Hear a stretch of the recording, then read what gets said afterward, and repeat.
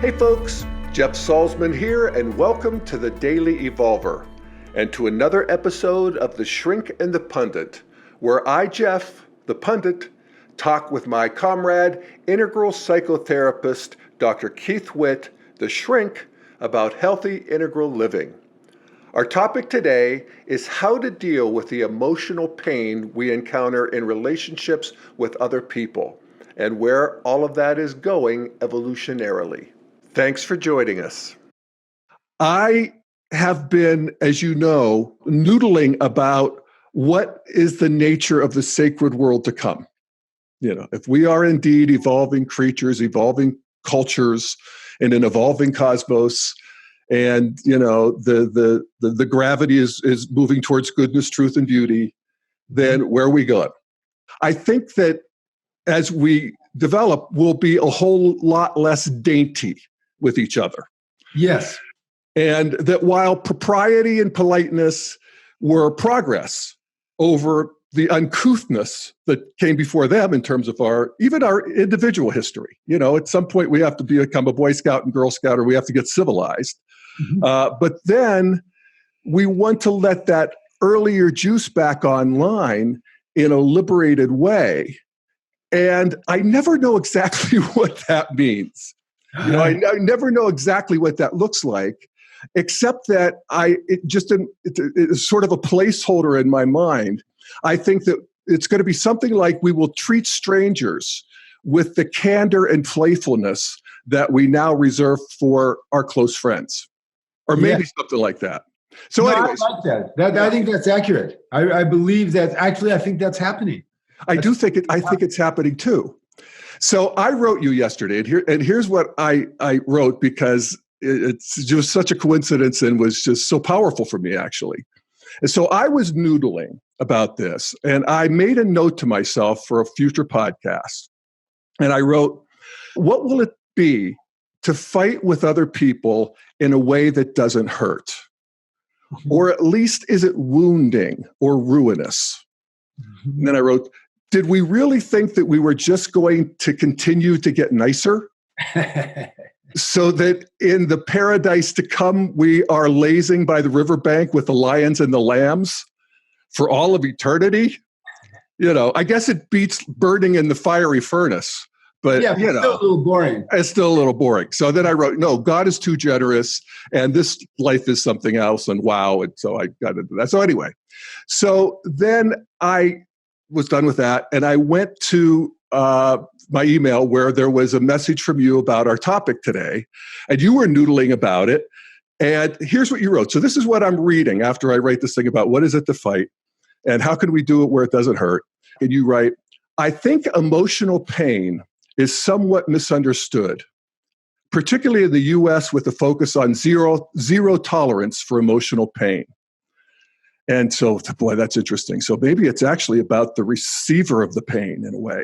And so you continue, you write, I think this zero tolerance is a contributor to the epidemic of anxiety, depression, and medication in America, and that the more integral understanding addresses both the inevitability of emotional pain and how to integrate it into a joyful life. So I'm thinking, so that really rang a bell for me, that maybe it's not that it doesn't hurt, but that we just have more capacity to hold it, or something like that. And I thought we might start there. Yeah, good. And have you explain what you're talking about. So one thing that people misunderstand is, you ask somebody, how many emotions do you think you felt yesterday? Somebody told me that they were at a workshop, somebody asked this. And people will say 10 or 15. Well, actually, we feel thousands of different discrete emotions in a day.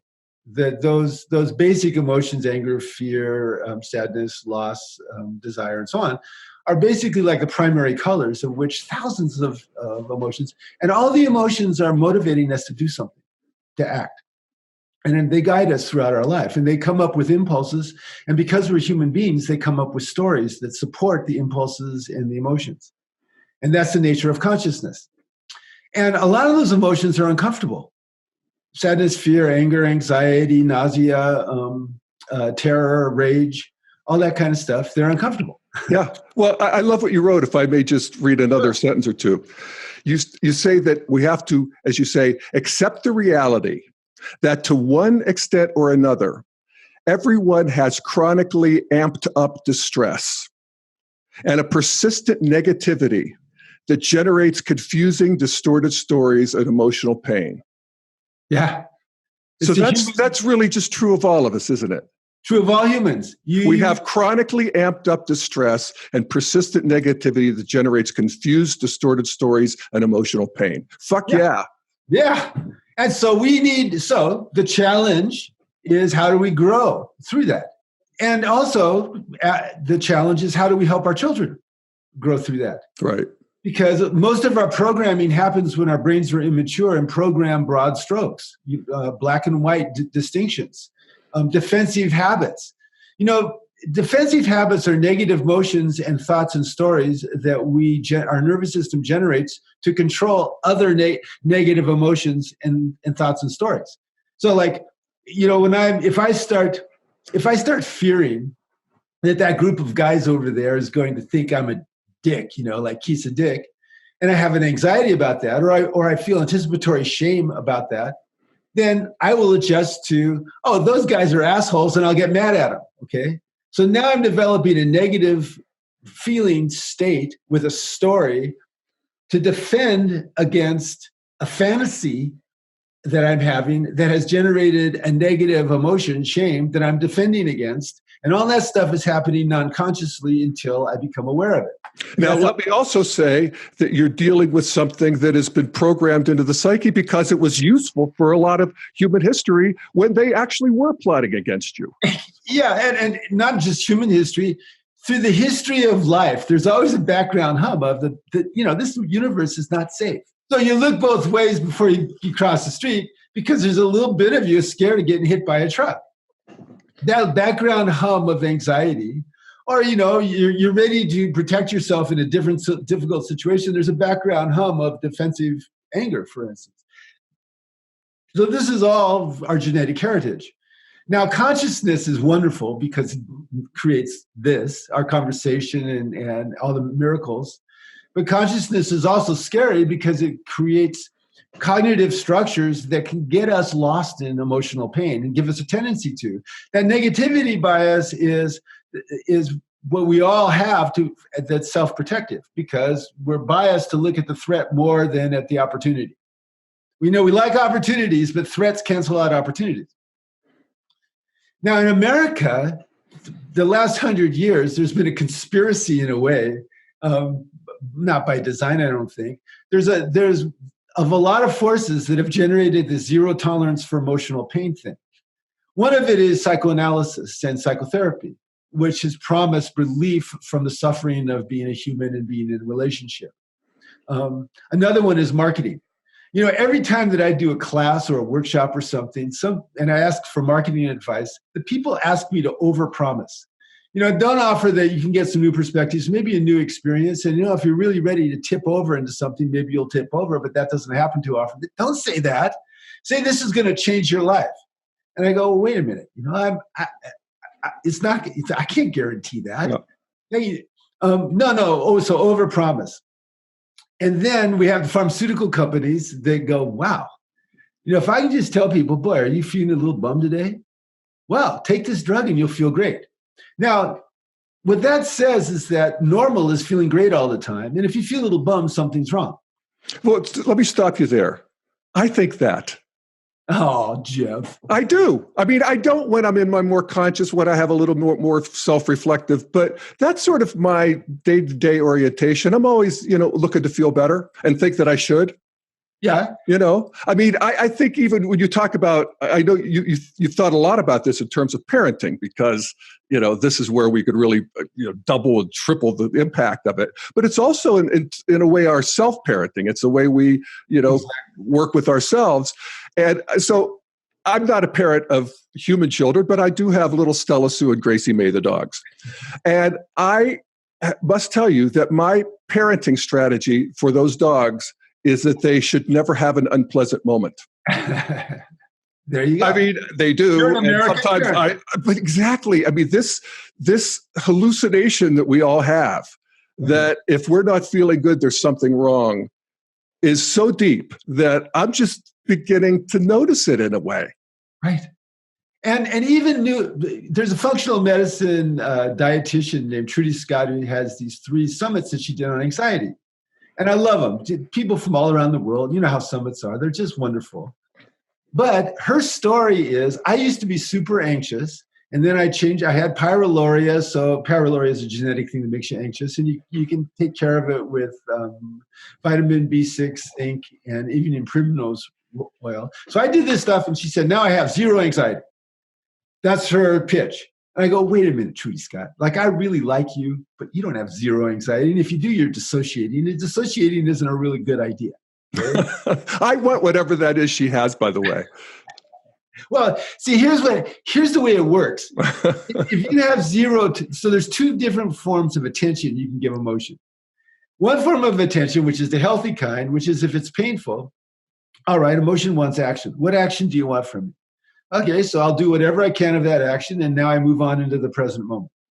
That action, if it's appropriate action, will reduce whatever the distress is and make me more able to enter the present moment.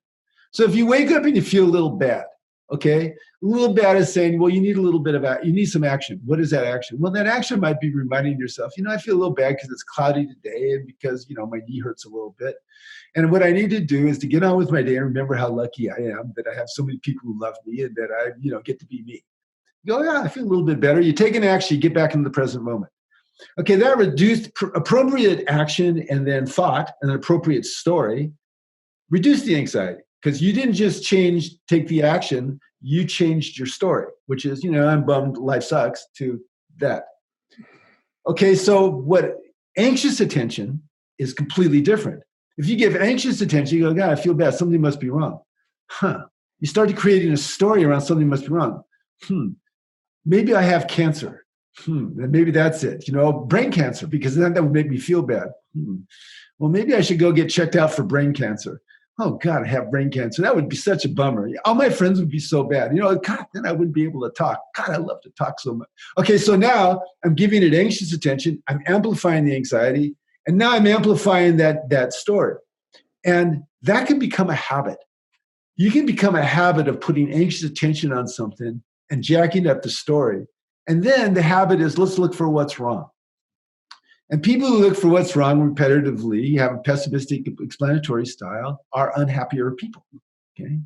And so we can learn to look for what's right, but we need to encounter all the habits that we have about looking for what's wrong and know the difference between appropriate attention and action and healthy and unhealthy appropriate attention and action on negative emotions, recognizing that what we do with painful emotions is we give them appropriate attention, we reduce them, and then get involved in the present moment.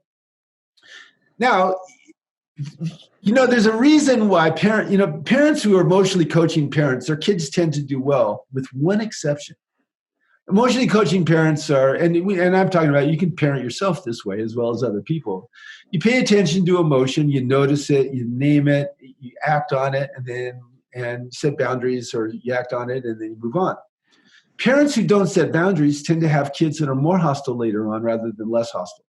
Why is that? Because if you're working with a kid, at a certain point, we've talked about, you being scared of spiders, and that's why you don't want to go on the hike. But, now we have to let you know there aren't any spiders you're going to jump out. You don't have to worry about it. We're going to go on a hike, and I'll watch out.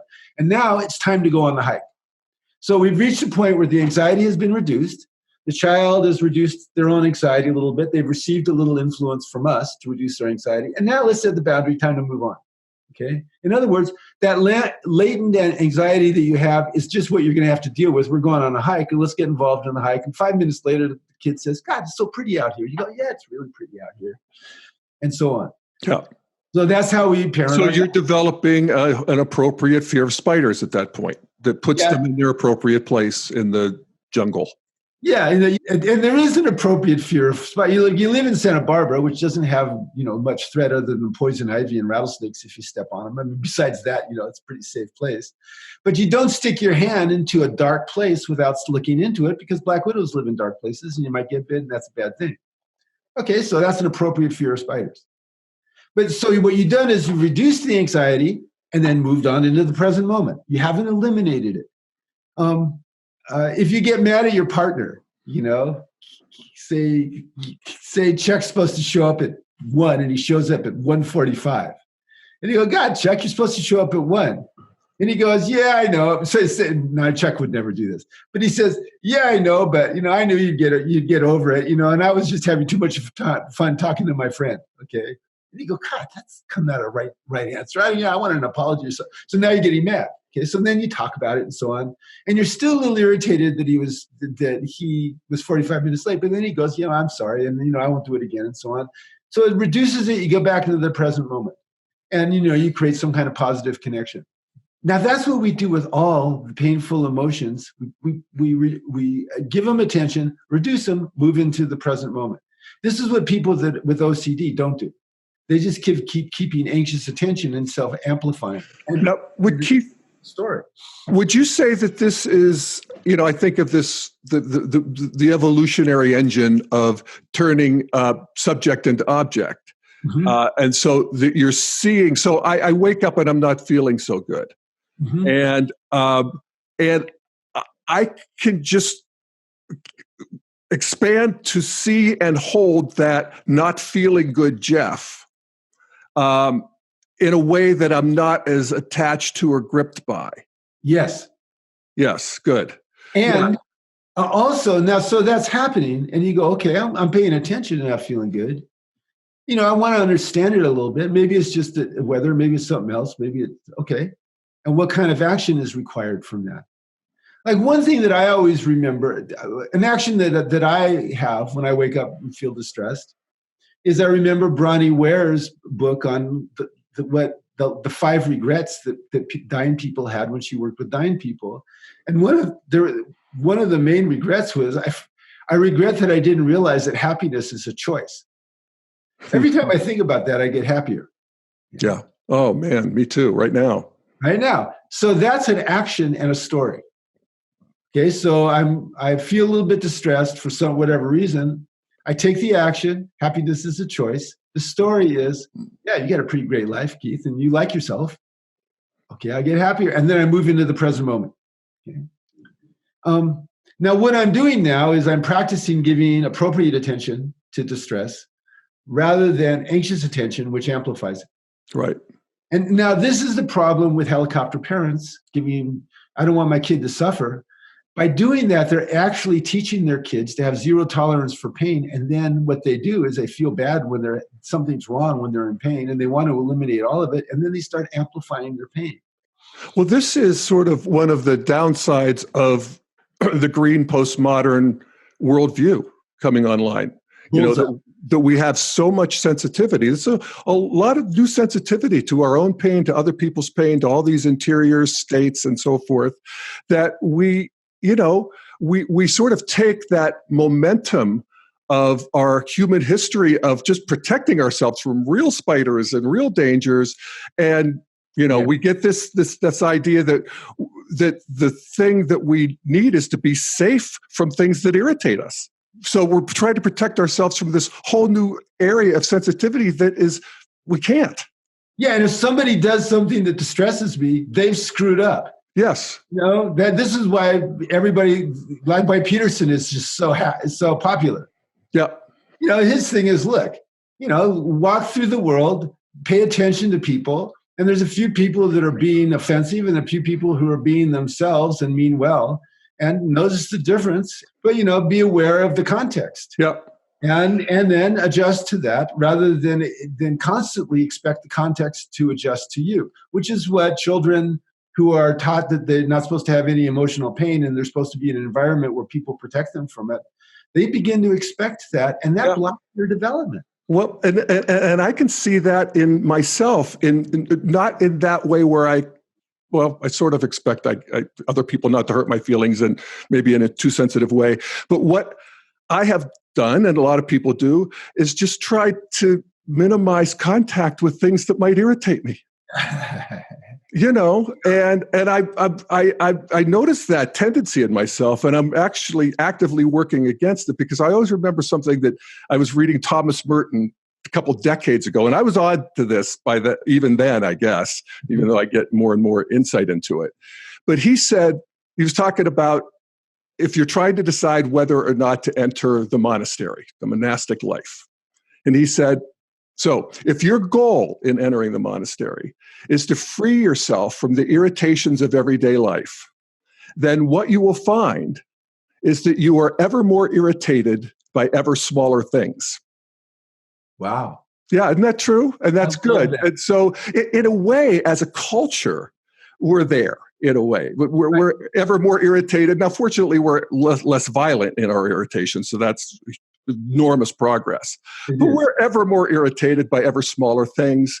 I guess that's a certain progress, but I think that once we get hip to that, we realize the way forward is not to get rid of irritations, but to breathe them in a little bit and make some space for them, and integrate them, and in so doing transcend them. And it's exhausting. Well, what you just described as an integral vision, your go-to vision. A principle here that I think is super important is I can't receive soothing from you unless I'm soothing myself a little bit. If I'm not willing to soothe myself a little bit, if you're offending my green sensibility, and I'm not willing to go, Keith, lighten up a little bit, I'm not going to receive you going, I'm sorry, I offended your green sensibility. Okay. I'm going to still hold on to that, because what I'm essentially doing is holding on to either a frightened or an angry story. And both of those stories block me from receiving from you. And so our vast capacities for interpersonal regulation, which is, one of the miracles of intersubjectivity, is what's so yummy about the lower left. Because most people in intersubjectivity were regulating towards interest and love and connection and excitement and creativity. How does that stop? One person just blocks receiving influence or offering caring influence. At that particular point, you're separated. And the only way that you get unblocked is if you start soothing yourself enough to open up to the other person. Self-regulate. And to do that, you need to give the uncomfortable feelings and some positive attention, some healthy attention, and you need to deconstruct that hostile story a little bit, because you got a hostile story or a frightened story that supports those distressed feelings. And if you do that a little bit, now I can get back into the intersubjective flow. And if I'm not, I'm separated, I'm isolated. And it doesn't matter how many people around me love me, I'm all alone. Well, I mean, you've done psychotherapy with thousands upon thousands of people. You've seen a lot of this. Yes, I have. People who get just completely clenched around their own story and their own anxieties. And some hard cases out there. Oh, God. Most of the people I work with are very functional, at this point in my career, and highly functional people. And they struggle. There's people that are less functional, much more dangerous.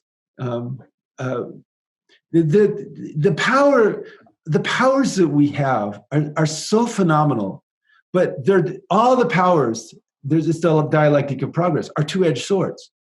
Our powers of focused intent can create miracles, but if we harness that focused intent in service of paranoid stories or frightened stories or defensive states, we can essentially wall ourselves off from other people.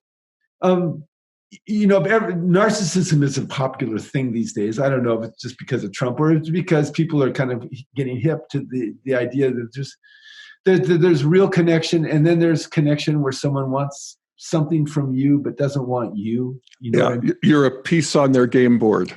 So or a source of narcissistic supply. Yeah. Well, what we don't like about narcissistic wounds is that someone is locked into a position where they're separate from us. They won't regulate themselves so they can connect heart to heart with us. And after a while, we feel that, and it bothers us. Okay? And that is the great wound of narcissism. You can engage in successful object relations past a certain point. Yeah, and And I wonder if when we think about the big move of the development of humanity here, and how humans the worldviews of 10,000 years ago and 100,000 years ago and even a few hundred years ago, and are we all, even the best of us, in a narcissistic trance that we will 100 years from now or 200 look back and be able to see that we can't see now? Just that basic contraction around the self just continues to loosen, right? first of all, I really, love that perspective. It's what Ken says, step back far enough, everything looks good. What will happen is people will look back and make that conclusion about the cultural zeitgeist. They'll look back and they'll go, how could they possibly have kept pumping carbon dioxide into the atmosphere when they had all the information? How could they have possibly continued to allow people to die from illnesses that are preventable and families to not get the support that how could they possibly have allowed mothers to be separate from their children in the first year of life? What were those people thinking? They'll be thinking that. Now, given the complexity of modern existence, there's a lot of us that are outliers. And so basically what we're saying to those people in the future is, yeah, that's what you said. And it's hard to change a zeitgeist. It's hard to change a culture. People have to grow through the same levels. And if people get power at a particular level, they're prone to the pathologies that are at that level. And that's going to keep happening until there is a larger container that makes it difficult for people to practice the pathologies and easier for people to grow. If you look at the social democracies in my favorite governments on the planet, so you have an influx of migrants, which are happening now. So what is that? That there is a counterforce of nativism and racism that arises up in response to that, which produces acts of violence sometimes, certainly acts of racism and bigotry and so on. People get threatened and so on. So say those people break the law. So when those people break the law, then they're arrested in these northern countries. So then they're sent to prisons. In the prisons, people are very interested in helping people grow to larger perspectives.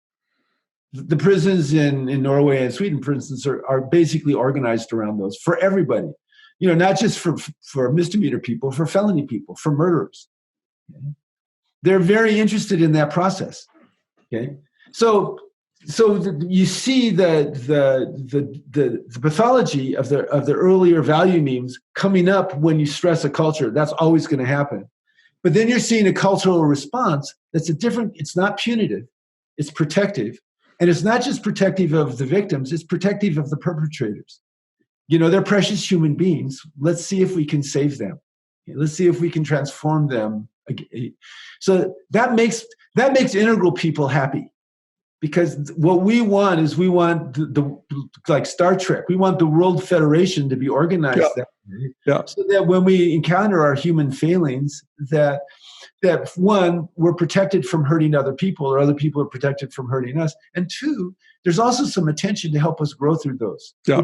That's part of this conversation, because I see in America the over-medication of America running off of this zero tolerance for pain. I mean, 11% of Americans are on psychotropic drugs. A third of women of childbearing age are on psychotropic drugs. And we're still having an epidemic of anxiety and depression. These are supposed to be medicines for anxiety and depression. So many people are taking medicines for anxiety and depression. How come we're having skyrocketing rates? Something's not working. What is it? I mean, we've talked about an oversensitivity to pain, or just an ideology that thinks that pain is not, a pain is a sign that something's wrong. That's right. And it must be fixed. So, and let's go into the larger. And if I keep feeling it, I'm a failure. And I'm a failure. And so I have to hide my failure from other people, which is not talk to other people about pain, which is one of the best ways to lower your pain. Talk to somebody else about it.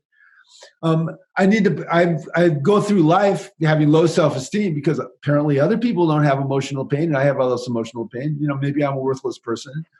I get depressed about life. What's life is, because I've learned how to amplify my pain and identify myself by my pain rather than by my precious human consciousness and my joy and my relationships. And I know instinctively that I'm in an environment that is working against my basic humanity.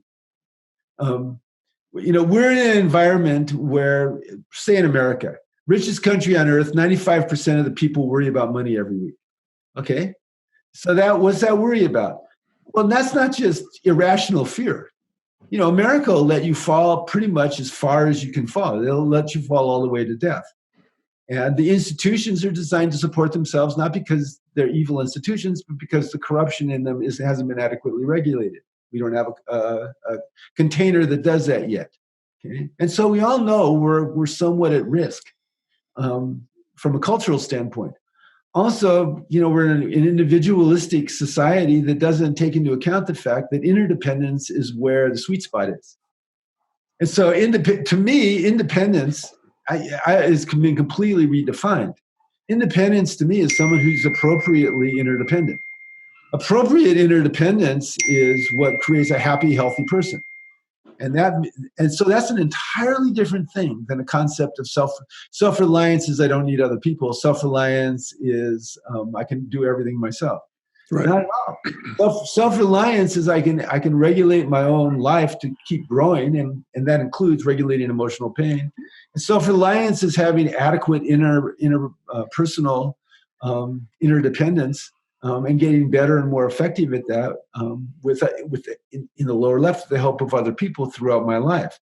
So, as we move forward, we want to integrate these things. So we want that self-reliance, that we don't want to go back to pre-self-reliance. No. But there's a communal aspect that wants to come back online in a new way. Yes. And I think we're definitely hip to that and ready for that. We all have this sense that modernity, that's where the center of gravity of the culture is, and it is individualistic. It represents self-reliance and looking good. And again, there's something about, if we look at our closest relationships where people really know us, and they've seen us up and they've seen us down, and our masks have fallen, at least some of them or most of them, that there's something there in terms of where we're going, where we stop worrying about looking so good. And what we do at that is we value deep contact. Yeah. Everybody likes deep contact. Yes. The people come into my office, and the first thing that happens with them is they relax when they experience deep contact. And they feel it with me reaching to understand them as deeply as I can immediately. And I can feel them opening and relaxing. And, we have it. I mean, I've said it before, like one of the reasons I love you is you love me for, not in spite of who I am, you like me because of who I am. You love me because of who I am. And I feel that way about you. And so, there's no shadow part of me that's hidden from you or shadow part of you that's hidden from me, but either constructive or destructive. And so deep contact is something that isn't just healing. It's enlivening and energizing, and we all need it and we all want it. Yeah. And the capacity to create it is there in everyone, but the defensive states that we talk about or the blind spots of whatever value mean, they block that. They keep us from going deeper. Yeah. And that's the future. You were talking about the future. Will we get nicer? I think one thing that's going to happen is people are going to start being more aware of healthy attention to pain versus unhealthy attention to pain. I think the relative standard of emotional pain will become more and more and more popularized. And I think people will recognize deep contact and go for it. And certainly learn how to take responsibility for doing their best to create it in relationships and elsewhere. In a way, that's the difference between a tribe and a community. In a tribe, we're all connected because in tribes, we're all connected with blood kinship. And in most tribal languages, there's one word for human being, which is us and my relations, and another word for all the other people that are not human beings. Mm-hmm. Yes? Right. Okay, well, that's where racism comes from, partly. A community is where we all agree on certain standards of how to be with ourselves and each other. Yeah. And those standards are the kind of things that we're all talking about now when we're talking about community. Yeah. Yeah. And I think we want to move into that, appreciating what we got from the individualistic stage. Particularly even the green stage that we're seeing now, which still has a lot of that, show your true colors, wave your freak flag. And what we have seen in the last few years is, I think, an enormous ability to see people for who they are. Fat, skinny, this color, that color, gay, here on the spectrum, there on the spectrum, we had all of it, or at least a lot more of it, so that people are now entering this collective with more individuality, basically, and more of themselves that's authentically online instead of conforming. That's not the kind of collective we want. We want a new collective that integrates this, it's the bar in Star Wars. Right. Though to do that, we need the healthy aspect of Amber. In other words, we need healthy conforming. Healthy conforming is I don't shoot you if you have a different belief about something and dismiss you because you cheated on your wife. Okay. Okay, I'm not gonna dismiss you or shoot you. I'm gonna more deeply understand you. Yeah. So what becomes more significant is our capacity to be related. Okay? Yes. And what I want, my sense of responsibility is I want to have a capacity to be related to anyone that I come in contact with in as optimal way as possible. Buddha really had it right with the Four Noble Truths. I mean, the first one is what we've been talking about. Life is suffering. Come on, accept it, everybody. The second one is suffering is caused by being attached. I don't want to have to feel any anxiety. Well, sorry, there's some anxiety in the world. There is relief. What is the relief? Well, the Eightfold Path involves right attention, right livelihood, right mindfulness. Basically saying, do what you need to do and get back involved in the present moment. Now, it's a basic core capacity of human beings that he discovered. That if we can reach through the entanglements and the associations and the projections, that truth endures in terms of liberating us. And what happens when we're liberated? We're able to love everybody. Yeah. A liberated human has a vast capacity for relatedness, not just with other people, but all the plants and animals and stuff, and right. And so that's the future. Now, does that mean you're being nice all the time? No, but when you're mad, you're being mad respectfully. Yeah. Well, that's just it. I mean, that's what we want. And I think that's the key is when I think about my intimate relationships where I can be who I am and I can hear the truth and it ain't always sugar-coated and all of that good stuff. I can handle that to the degree that I know that person loves me.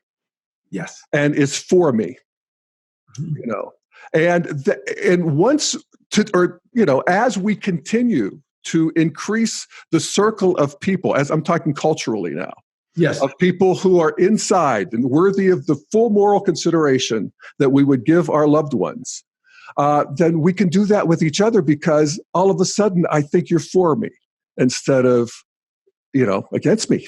Yeah, and if you're not, then I'll just take appropriate measures. Yeah, exactly. And this is where I think of good old Dr. Phil, where he has these people on and they're like, I can't trust him anymore, And he says, okay, what we're trying to get to is not where you can trust him, but you can trust yourself to handle it no matter what he does.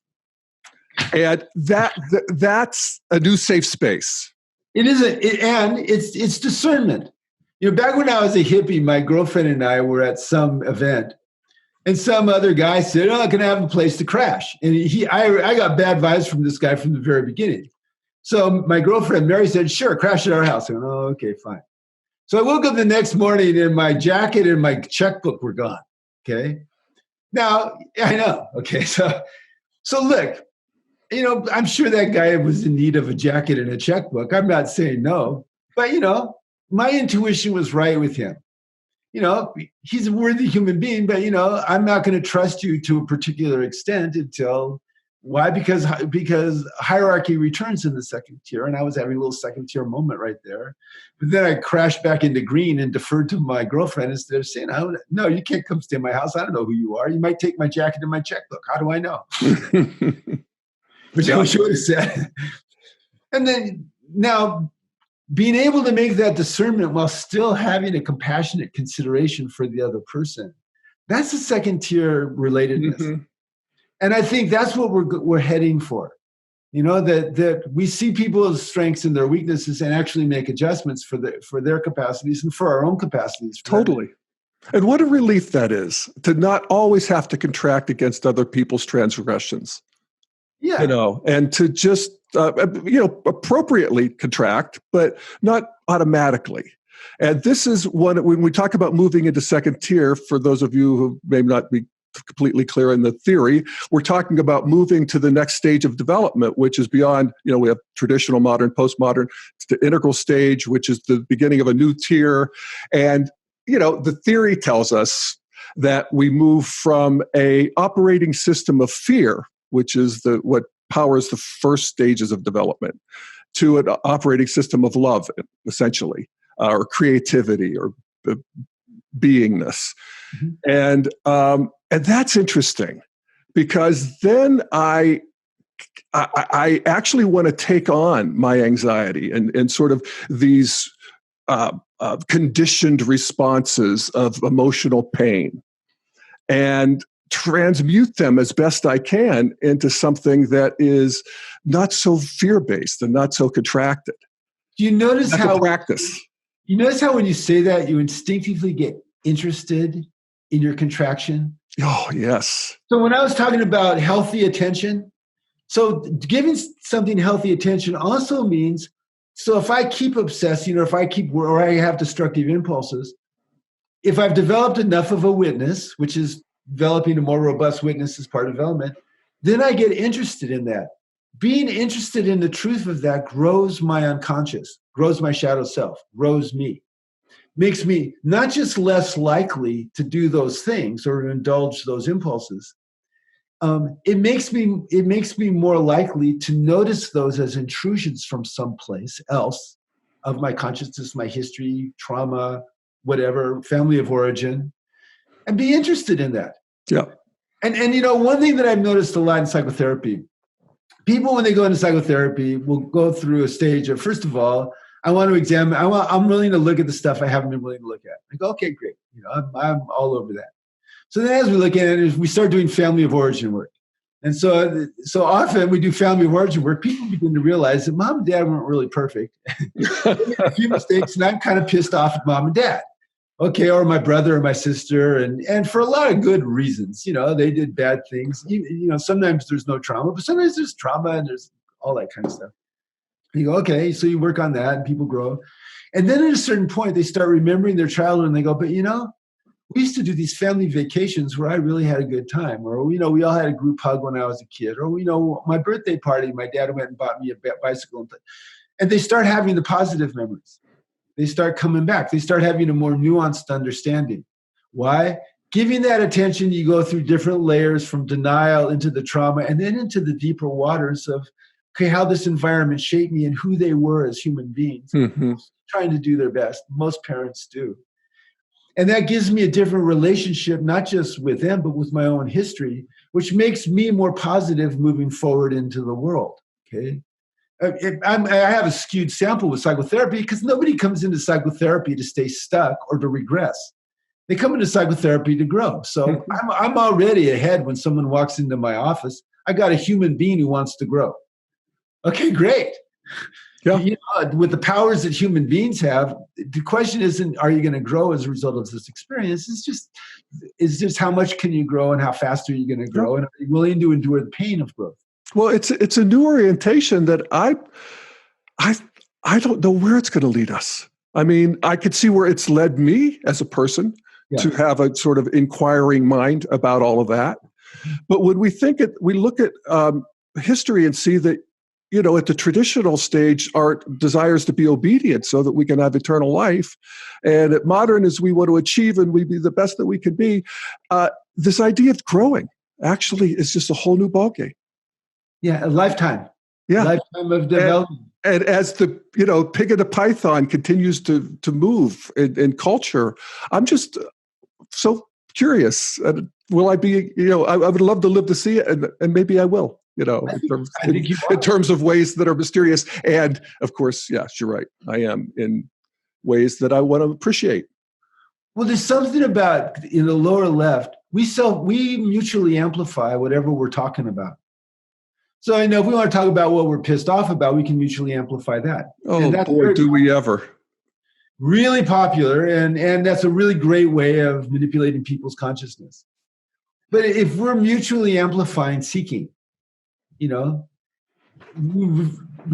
just begin to have transcendent experiences with each other that make us larger. Until at a certain point, we're not identifying primarily with our individual separate body and stuff. We're identifying primarily with our connections with the universe and with the consciousness that exists in our bodies with other and in relationship with other people. So one thing that I can predict confidently is what's coming in the future is more of that. Now the social forms that are going to come out of that, I think we're seeing a little bit of that with the millennials. And the next generation, they're not particularly happy, but they're less violent and they're a little bit more communitarian. Certainly, there's a lot of stuff that everybody, at least not everybody, but lots and lots of people accept as found as accepted wisdom that wasn't accepted just one generation ago or two generations ago. The idea of unity is a good example. The idea of being respectful and kind to everybody, no matter what. Nonviolence. And maybe even just to get back to what we were talking about, maybe the unhappiness that you do talk about, it's statistically shown, is sort of that hangover of, on one hand, this increased sensitivity to everything, including their own interiors, and still this idea hung over from the past that we ought not be feeling that. Yeah, zero tolerance for pain. Zero tolerance for pain. Why is the right now the age cohort from 14 to 24 is the least happy age cohort by self report of any one of the last 4 or 5 generations? Partly, I think, because they've been raised in this zero tolerance for pain culture, and so have learned how to amplify pain and then self-identify as people in emotional pain. Okay? Yeah. And so what we're seeing now is that zero tolerance standard being reflected in that particular generation. Well, and also when you consider that, that culture wants to turn the tables on the victim and perpetrator. So being a victim is actually a higher status role.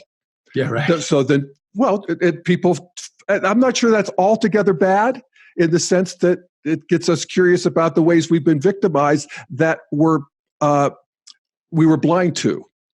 The reason I reacted when you said victim is that the technical definition of victim, from they're way back in the 70s, transactional analysis said that human distressed reaction tends to happen from 3 interlocking positions: a victim, persecutor, and rescuer. That when people are not having real contact, but are interacting intensely, usually with distress, they're either the victim, the persecutor, or the rescuer. And what characterized victims is people that were invested in not working their way out of their victim position. They wanted support, but they wouldn't receive support to feel like an autonomous, non-victim person. They received support to feel more comfortable in their victim position. And the persecutors would get pissed off at that and persecute victims because they felt victimized by the victims. And basically they were competing to say, no, I'm more of a victim to you than you are a victim to me. Meanwhile, rescuers would come in and they'd offer goods that they couldn't deliver. They'd say that they were overpromising. They said, look, just pay attention to me, let's go, and we'll get you cleaned up and everything will be fine. Well, everything was not fine because that did not deal with the deeper structures that were keeping people connected. And the rescuers were actually being passive aggressive, saying, I'm going to help you, when really they were helping them stay stuck rather than helping them be liberated. Some people need boundaries to be liberated. They don't need people helping them. Okay. Wow. And so a victim technically is someone that does not want to work themselves into being a healthy, autonomous, interdependent person. Well, I think you just did a tremendous cultural analysis there. I mean, honestly, so don't stop there. So what do we do with that? Well, here's the thing about deep contact. If we're in deep contact with ourselves and with each other, if we develop a robust enough witness and we're able to look at distress with interest, I can see my impulses to be persecutor, victim, and rescuer.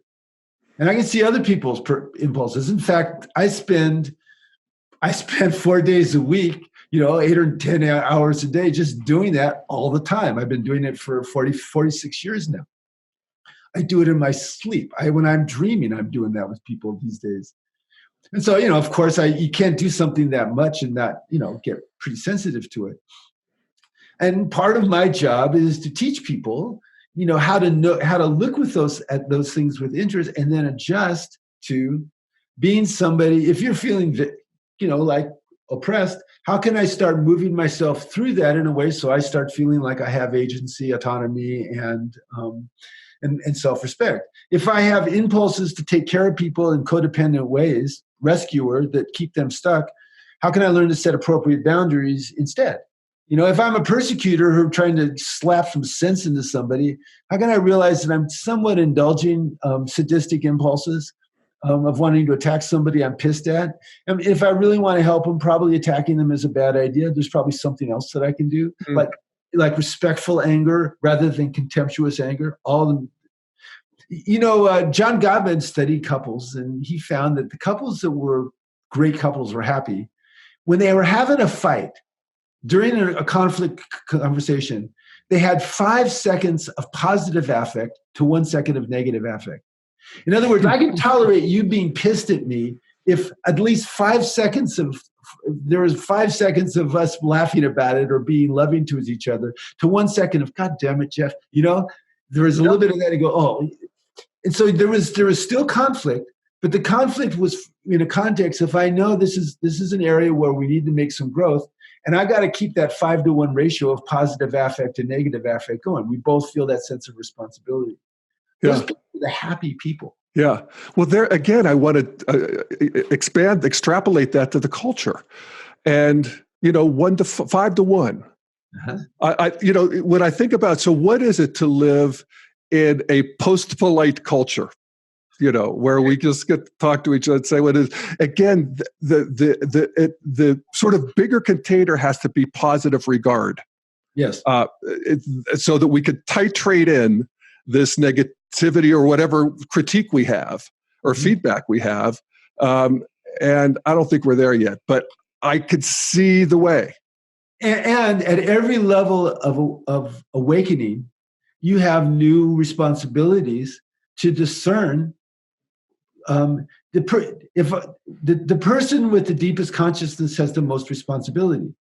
If I'm discerning that someone can't sustain a certain level of discourse, it's my job to shift that level of discourse because I'm the person that can see it. If it's somebody that can have that conversation with me, like you, I go, hey, we need to shift this level of discourse. And my son did that today.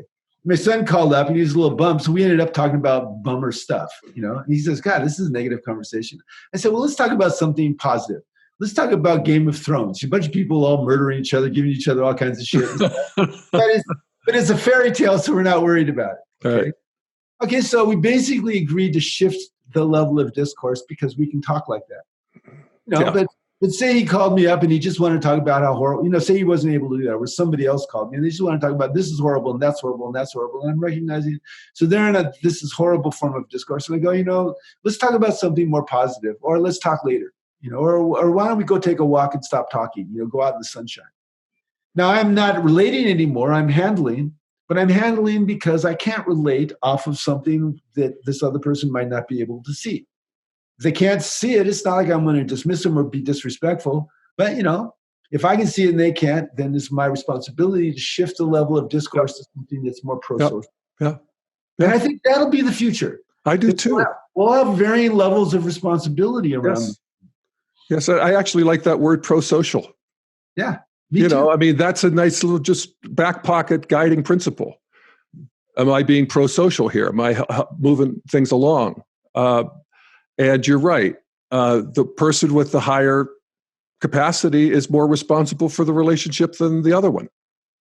So, all right, Dr. Keith, thank you for another adventure of the Shrink and the Pundit. For another direct adventure of you and me, the Shrink and the Pundit. Much love to everybody.